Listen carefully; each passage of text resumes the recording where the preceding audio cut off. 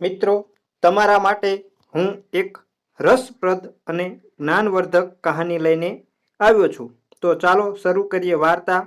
બહુ જૂના જમાનાની વાત છે. એક નાનું એવું ગામ હતું. ગામમાં એક દાનસંગ નામનો વ્યક્તિ રહેતો હતો. તેને બે પુત્ર હતા. એકનું નામ હરિસંગ અને એકનું નામ દેવસંગ. હવે હરિસંગ હતો તે મોટો. તેની ઉંમર 18 વર્ષની થઈ ગઈ હતી. એટલે તેના પિતા દાનસંગે સારી કન્યા જોઈ અને તેનું વ્યવસાય કરી અને તેના લગ્ન કરી દીધા. હવે આ જે દાનસંગ હતા તેમને કોઈ ખેતીવાડી કે કોઈ ધંધો નહોતો. તે ખાલી 2 ગાયો રાખતા હતા અને દૂધ વેચીને પોતાનું ગુજરાન ચલાવતા હતા. હવે આ ગામના માણસો બીજા રાજ્યમાં ધંધો કરવા જતા અને ધન કમાઈ અને લાવતા અને અહીંયા સારી રીતે જીવન જીવતા.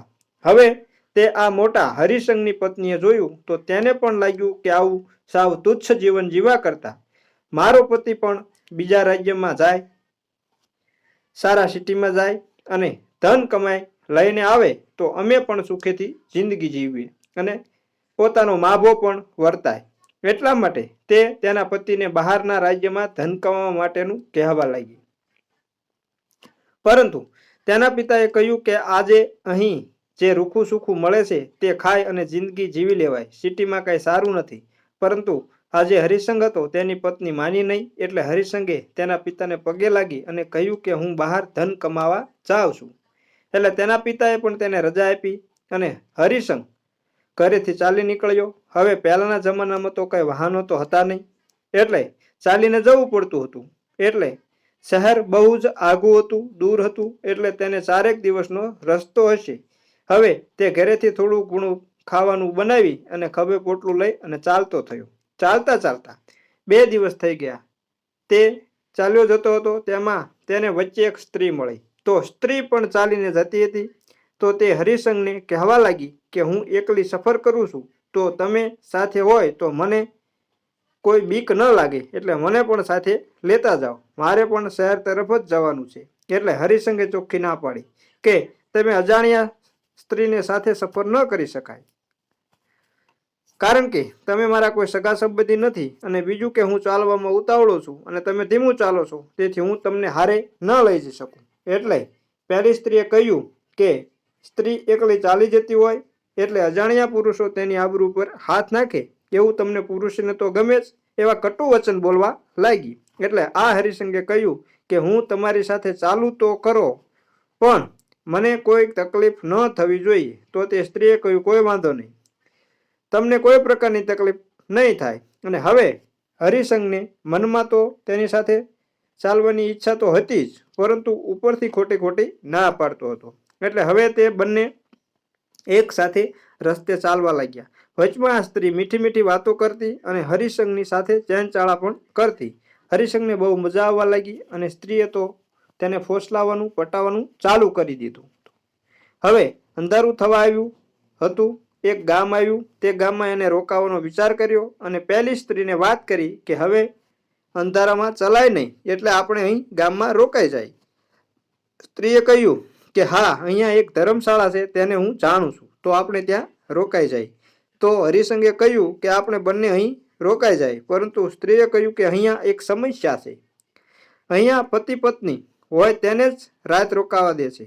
તો હરિસંગે કહ્યું તો આપણે અહીંયા રોકાયા જેવું નથી. પરંતુ પહેલી સ્ત્રીએ કહ્યું કે 1 દિવસ માટે હું તમારી પત્ની બની જાઉં અને આપણે અહીં રોકાઈ જઈએ.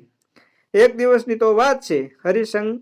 હરિસંગને પહેલી સ્ત્રીએ ખુલ્લું આમંત્રણ આપી દીધું. હવે હરિસંગના મનમાં તો લડ્ડુ ફૂટવા લાગ્યા. તે અવનવું વિચારવા લાગ્યો અને ખૂબ આનંદમાં આવી ગયો. પહેલી સ્ત્રીએ એને જે જોઈતું હતું તેની પરવાનગી આપી દીધી હતી. એટલે તે રાજી થતો કહેવા લાગ્યો કે તો મને કાંઈ વાંધો નથી. એટલે ધર્મશાળામાં ગયા અને ત્યાં એક વૃદ્ધ વ્યક્તિ હતો.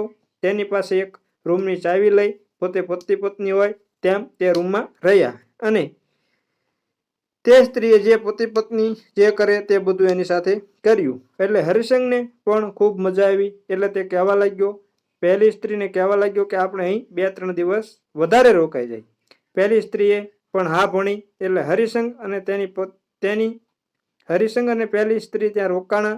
હવે હરિસંગને તો તેની પત્ની કરતાં આ સ્ત્રીમાં વધુ રસ પડ્યો, વધુ મજા આવી. એટલે તેને થયું કે આને મારી પત્ની બનાવવાની વાત કરું.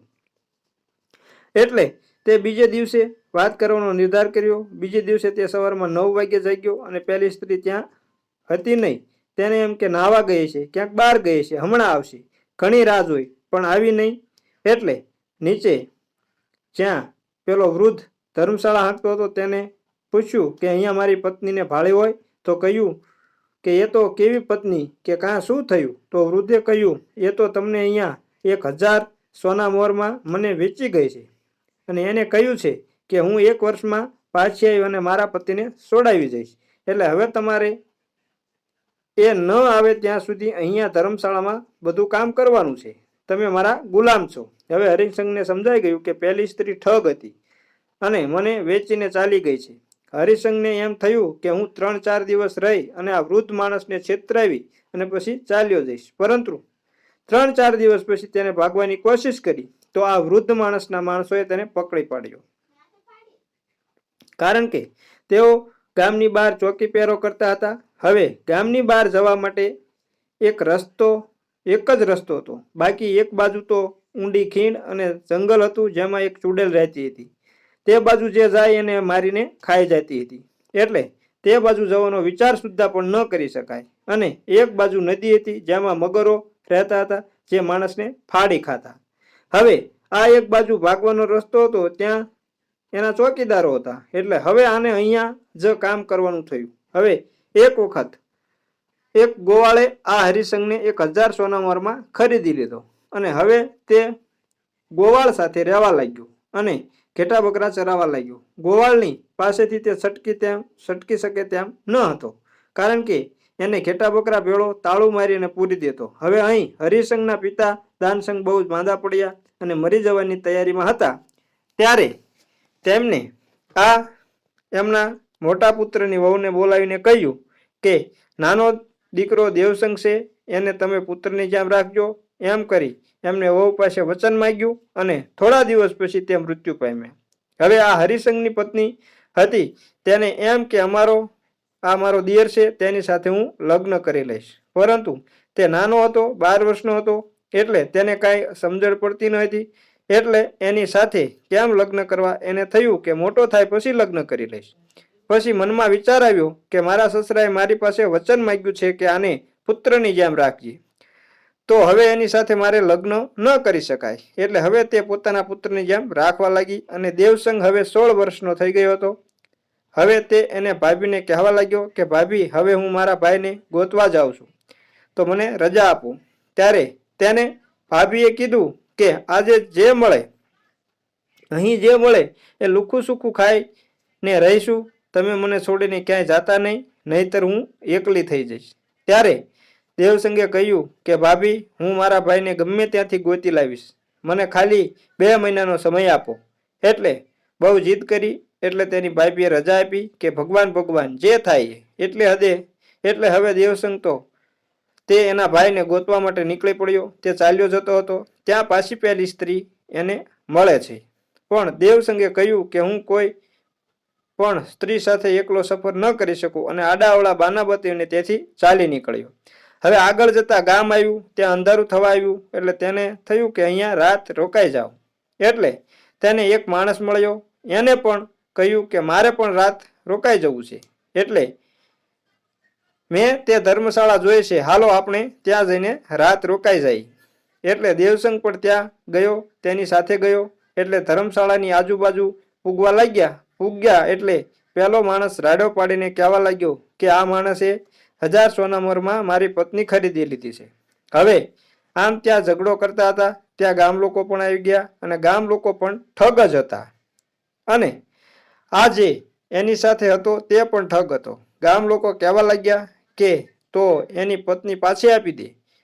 ત્યાં પેલી સ્ત્રી પણ આવી અને કહેવા લાગી કે તમે જે મને સોનામોરો આપી હતી તે હું તમારા મિત્રને આપી આવી છું. તો તે કહેવા લાગ્યો કે હું તો તને ઓળખતો પણ નથી. તો પહેલી ઠગ સ્ત્રી કહેવા લાગી કે તમે તો મને સોનામોરો આપી હતી. એને એમ કે હવે હું આને કહી દઉં કે આ મારી પત્ની છે. અને આને વેચી અને તમે સોના મરો લઈ લેજો. એટલે ગામ લોકોએ કહ્યું કે અમે કોઈ સ્ત્રીને વેચતા નથી, અમે તો અહીં પુરુષોને જ વેચીએ છીએ. એટલે તે માણસે આ દેવસંગને પાઠ ભણાવ્યો અને એને પણ એક ગોવાળને ત્યાં વેચી દીધો. હવે તે પણ આ ઘેટા બકરા ચરાવતો હતો. ગોવાળ એને પણ રાત્રે વાડામાં તાળું મારી પૂરી દેતો. હવે કેટલાક દિવસો આવું ચાલ્યું. એક દિવસ તે બકરી ચરાવતો હતો, ત્યાં એને એક માણસને જોયો તો બકરી ચરાવતો તે તેની પાસે ગયો અને જોયું તો તે તેનો ભાઈ હરિસંગ જ હતો. એટલે તેણે કહ્યું કે ભાઈ તમે અહીં ક્યાંથી? તો તેણે બધી વાત કરી, પણ હરિસંગે તેના નાના ભાઈ દેવસંગને ઓળખી શક્યો નહીં, કારણ કે તે જ્યારે નીકળ્યો ત્યારે તે નાનો એવો હતો. એટલે તેણે પોતાની ઓળખાણ આપી કે હું તમારો નાનો ભાઈ દેવસંગ છું, કે હવે તમે ચિંતા કરતા નહીં, હું તમને છોડાવીને જ રહીશ. એટલે તેણે વિચાર કર્યો કે જે બાજુ ચુડેલ રહે છે એ બાજુ મારે એક દિવસ જવું છે. તો હરિસંગે ના પાડી, પરંતુ દેવસંગે કહ્યું કે હું જાણું છું, મેં સાંભળ્યું છે કે ચુડેલની પૂજાપાઠ ભક્તિ કરવાથી તે પ્રસન્ન થાય છે. હવે તે એક દિવસ એ બાજુ જાય છે અને આ ઘેટા બકરીનું મીઠું મીઠું દૂધ લોટો ભરતો જાય છે અને એ બાજુ જાય છે. એટલે ચુડેલ તરત ઉત્પન્ન થાય છે અને કહેવા લાગી કે મૂર્ખ, તું આ બાજુ શા માટે આવ્યો? હું તને મારીને ખાઈ જઈશ. એટલે તે પગે લાગ્યો અને બધી વાત કરી કે અમે આ રીતે અહીં ફસાણા છીએ અને તેની પૂજા અર્ચના કરી. એટલે તે પ્રસન્ન થાય અને તેણે પેલું દૂધ આપ્યું. દૂધ ચુડેલને બહુ મીઠું લાગ્યું. એટલે તેણે કહ્યું કે તારે મને રોજ દૂધ પાવા આવવું પડશે, તો હું તને માફ કરી દઉં. હવે આ દેવસંગ રોજ એને દૂધ પાવા જાય અને ચુડેલ તેની ઉપર પ્રસન્ન થાય છે અને કહ્યું કે તારે મારી જરૂર હોય ત્યારે મને યાદ કરજે. હવે તેને આ ગોવાળે પાછો વાડામાં પૂર્યો હોય ત્યાં 3-4 માણસો આવશે અને કહે છે કે પહેલી સ્ત્રીને આપણે ઠગીને લાવ્યા છીએ તે રાજકુમારી છે, અને જો રાજાને ખબર પડશે તો આપણું આખું ગામ સળગાવી દેશે. એટલે આજ રાત્રે એને આ મગરની જે નદી છે એમાં નાખી દેવી, એટલે એનું કામ તમામ થઈ જાય. આ દેવસિંગે સાંભળ્યું. હવે ત્યાં પેલી સ્ત્રીને આ જ વાડામાં લાવવામાં આવી અને પૂરી દેવામાં આવી. એટલે દેવસંગે એને વાત કરી કે તમને સવારમાં મારી નાખવાના છે. તો આ રાજકુમારીએ કહ્યું કે જે થાય તે, હવે હું કાંઈ કરી શકું તેમ નથી. પરંતુ દેવસંગે કહ્યું કે મારી પાસે રસ્તો છે, કે અહીં જે ચુડેલ રહે છે તેણે મને વચન આપ્યું છે કે મારી જરૂર પડે ત્યારે મને યાદ કરજે.